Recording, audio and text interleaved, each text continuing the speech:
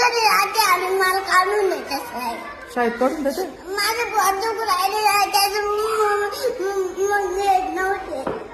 खोटं खोटं ना, खोटं खोटं ना. खोटं नाही आणि खरंच. अगं पण आता तुला भूक लागली का? भूक लागली का तुला? हा का?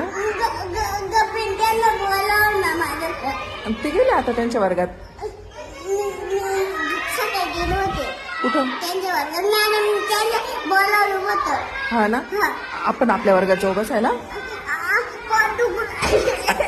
खरं खरं का? खरंच मॅडम. अगं बाई, आराध्या. माझ भाऊच्या नाही का? हो येणार आहे ना पाऊस. नाही माझ्या भाऊच्याची भ्या वाटते. बाबा गेले का भ्या वाटते भाऊचे.